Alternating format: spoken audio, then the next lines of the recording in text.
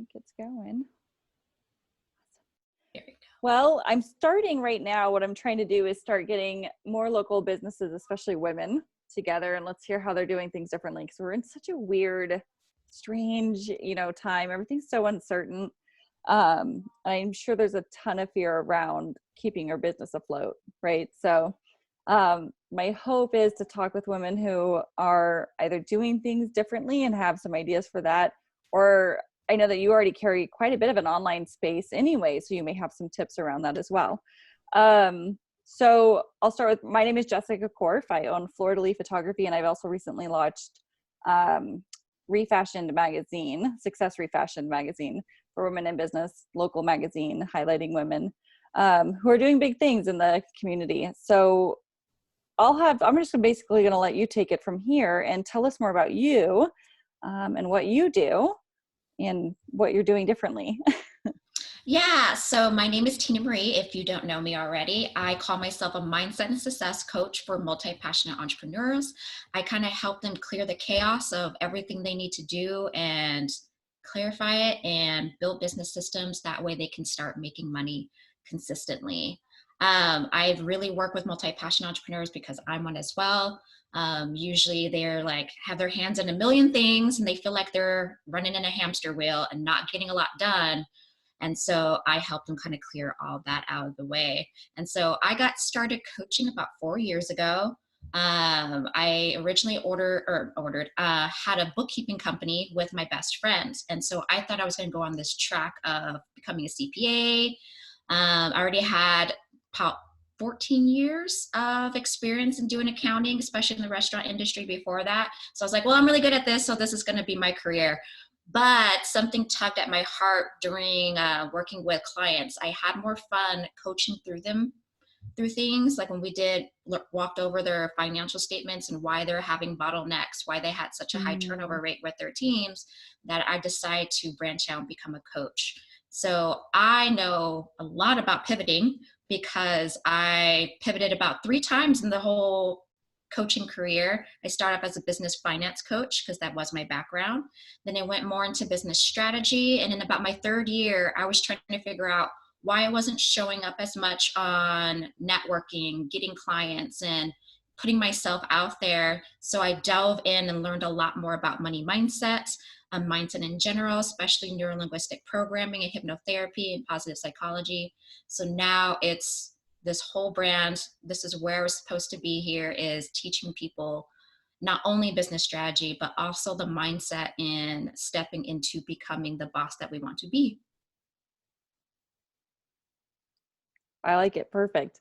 I know I've been watching some of your things, and we had a wonderful chance to meet at eWomen Network for one of their events for the first time. And I knew right away when I met with you that you definitely, like, you had some things that you had figured out, and I thought that was really great. So I knew I wanted to follow you and check you out more. By the way, she has a book out. I picked that up as well. And yeah. So yeah. So with the way the world is now, what are you doing? Anything? Have you pivoted in any way to keep relevant or to change with the times as they appear at the moment? I really pivoted. I, in general, was just working with anybody who was multi-passionate, whether they had brick and mortar, whether they had retail or service-based. And it didn't matter if they had a physical office or they're completely online. But now with the state of the world, there's a lot of people out there that are like, well, I didn't like my job anywhere. And this is kind of showing me that's unstable.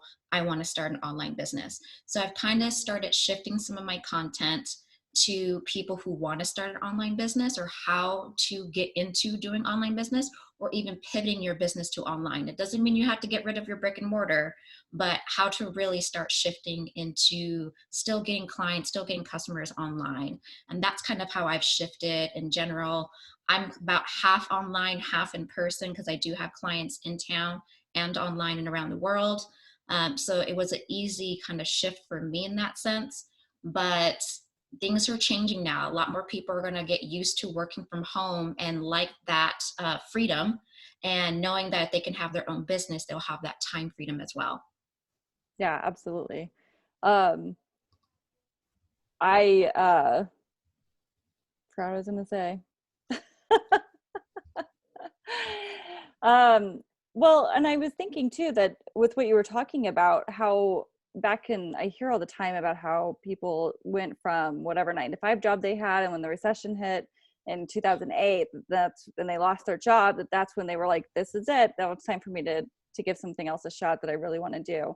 So I feel like we're definitely in that same kind of time frame that people are looking at losing their jobs, and we're going to see that continued shift where they're going to say, "You know what? Maybe it's time for me to finally dive into what I really always wanted to do. And here's my sign," right? So I think that's great that you're able to really help people get started that way. Um, do you have some resources and things people can use right now to help them get better online? I feel like so much of the world's going online, Yeah. um, that can help them really start sort of, if you will, taking the bull by the horns in their businesses. I know that you offer tons of resources. So what do you offer for that to help them get more comfortable in that realm? I do have a guide called Best Apps for Business, and a lot of it is being online. So using Zoom. I know Zoom stock probably just went shot off through the roof because Yes. everyone is getting on there. You can hold virtual meetings. I've always held virtual meetings like coffee dates with people, especially if we're not in the same city or state. So Zoom is a great app if you don't know about it and you haven't signed up yet.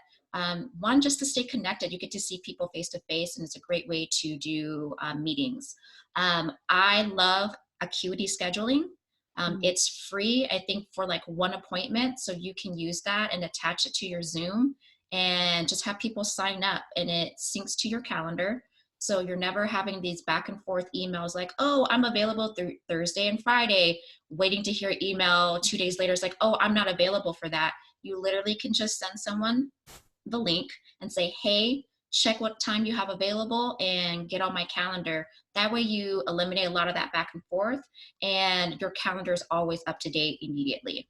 And if you're anything like me who's handling a bunch of things, that's the last thing you need to do is double book yourself. So definitely look into a scheduling app. If you like to be face to face, use Zoom. There's Skype. There's plenty of free tools out there. My guide shows a lot of those. When it comes to getting customers or clients, really start utilizing these social media platforms. Figure out who your ideal client is, who you want to target, where they're hanging out the most, and just specifically work on one of those. It's free advertisement. Put yourself out there. I'm telling you, I want to say like 3 years ago, I just decided I'm going to sell some cheesecakes for fun for extra money when I was in my first year of business. And I just posted it even on my personal page, and I made $250 in one day. Nice. So I want to eliminate that mindset that you have to have this beautiful website right now and you have to have all these tools and techs before you can even get out there and get a client.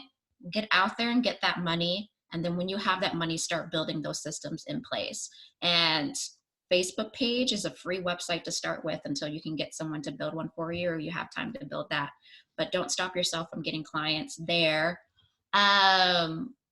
I've learned a lot in the past 2 years that when you are a solopreneur, marketing and sales are huge. You're not just a photographer, you're not just a coach, you're not just a retailer. You're gonna have to learn how to sell yourself and do marketing. And I found I want to say Social Media Examiner. They have a blog, but they also have a podcast. Well, I can't talk right now. And tons of free, valuable content on there. They teach you everything you need to know about how to be great in marketing when it comes to social media. So that's another great free tool that you can listen to. I do think they have a YouTube channel as well, so check them out as well. And do you mind spelling that out? What was that again? Social Media Examiner. So Okay. EXAMINER. Perfect. Okay. Thank you. um, yeah, I think what you touched on with mindset is so important too. We were just talking about this last night actually about how important your mindset is. And how you have to flip the script, because whatever you let yourself start thinking, especially in times like these, it's really easy to start letting it all come down. You have to flip the script because you are going to really embody what it is you start thinking. So I like that you touched on that. I think that's really important. What tips do you have for somebody right now who maybe they have a brick and mortar, or maybe they are consistently, like, much of my business has always been in person. It's a very interactive and sales and connected, right? Yeah. So this is a little bit new, but it's not impossible. But what tips would you have for somebody else who maybe they have a lot of in-person service, or a lot of, they were coming from a brick and mortar, that now they're really trying to find themselves pivoting to figuring out how to work online? Do you have any tips for how to sort of, I guess, pivot with the times? I don't know. I feel like I'm using that word a lot. It is. I mean, we really are need to be in that mindset of pivoting with the times. And, it's easy to be in that doom and gloom, especially if you are a brick and mortar, even a restaurant or a brick and mortar retail store. It's like, well, I get my clients in person and I can't be open right now. So what do I do? This is the time to have a growth mindset and figure out there's 1,000 problems out there. What can you do to solve it? So, for example, I just saw in the news today, this gentleman, or was it yesterday, this gentleman who normally does like tractor parts, I believe, and he had all these pieces, and he realized that masks are going to be like almost out in all the hospitals. There are already shortages in the hot spots, and he had all the materials. So what he did was sit down, created a prototype, and created a mask with materials he already had. And he's now bringing back all his employees that he had to lay off, and they're pumping out masks. So start thinking about ways that maybe it's not generally in your industry. How can you pivot to help with the times right now? While when things get back to normal, you can get back to normal. Or is there a different way that you can adjust your business model? So if you've always been in store, can you start doing e-commerce a little bit more and do more advertising in that sense? And another aspect, so for example, for you as a photographer, yes, you do a lot of things, and it's going to be a little difficult to do photo shoots on Zoom and stuff like that. But in ways right now, but you can create ebooks. You can publish your own book. Depending on who your ideal client is, maybe you can write a book about how to be confident in a photo shoot. Or everyone's going to be on social media now and try to be an influencer. You can write a book about tips on how to position yourself for great selfies or great backdrops. People want that knowledge, or how to use a camera, or how to use your phone, your iPhone, to create amazing photos. People want that information. People who are amateur photographers, they want to become professional photographers. So you can put on e-courses. So it's ways to kind of still bring in money in a different way while you're waiting to get back into, because we're not always going to be sequestered and quarantined. Right. But for that time, look at different ways and different product mixes, products that you can do, or services in that sense. And you can still do consulting. I know a lady, her whole business is online, and she dresses people. She literally does virtual closets and says, okay, you book an hour with me. You're going to show me your closet. I'm going to tell you what to keep and what to get rid of. And we're going to pick pieces that are best suited for your style and your body type. And she does everything online. So there's amazing different ways. It's just sitting down. It's like, okay, what do people need help with, and what capacity and what skills do I have to adjust and pivot to that to help them? Or what kind of different products or service can I offer right now that still keep me in the minds of my current clients and other clients while I'm waiting to get physical clients? Right. Those are great tips. I love those. Thank you. One of the things I do is I coach other photographers on how to run a profitable business. Because there's so many wonderful, talented artists out there who don't charge enough, and then they end up, hanging up their gear because they can't make a living at what they're doing. So luckily that started a little bit before, right? So like you said, I'm able to kind of now just step into that a little bit more and not worry so much about if we're getting any portrait clients in, or if I get them, we're just putting them on sort of a priority list is what we're doing right now. But I think those are phenomenal tips. And I think that they can apply to almost anyone in any industry. In any industry. I know there's certain ones that might be difficult, like insurance agents, financial planners their phones are probably going off the hook right now. Sure, so I don't think they have to worry. As for real estate agents, you're completely online. I get that. But if you've been in the industry for a long time, I know a lot of them who've become coaches who coach other real estate agents to be successful. And this is the time to just start maybe doing virtual workshops. So the workshops that you would be doing in person, do $5, $10 if you want to charge, and do workshops online. That way you're still in the minds of your potential clients, your prospective clients. That way when things start to blow over and you can actually go out and do open houses, then you'll have people ready clamoring to book with you. Yeah, perfect. That's definitely, this is why I was like, you know what I need to do is I need to start interviewing women who are really trying to figure this out, and they're, or they're already in an online space, because there's so many opportunities out there. And I'm hoping that if I can bring women on like you who are already doing things out there and who have these great ideas, that nobody's going to be sitting at home pouting. They're going to find ways to keep top of mind. I think that's the most important piece, is how do we keep business rolling? How do we use this time, not to hide, but to still maintain getting some of that visibility. Yeah. So I appreciate all of your insight. Yeah, Is there anything else you wanted to add?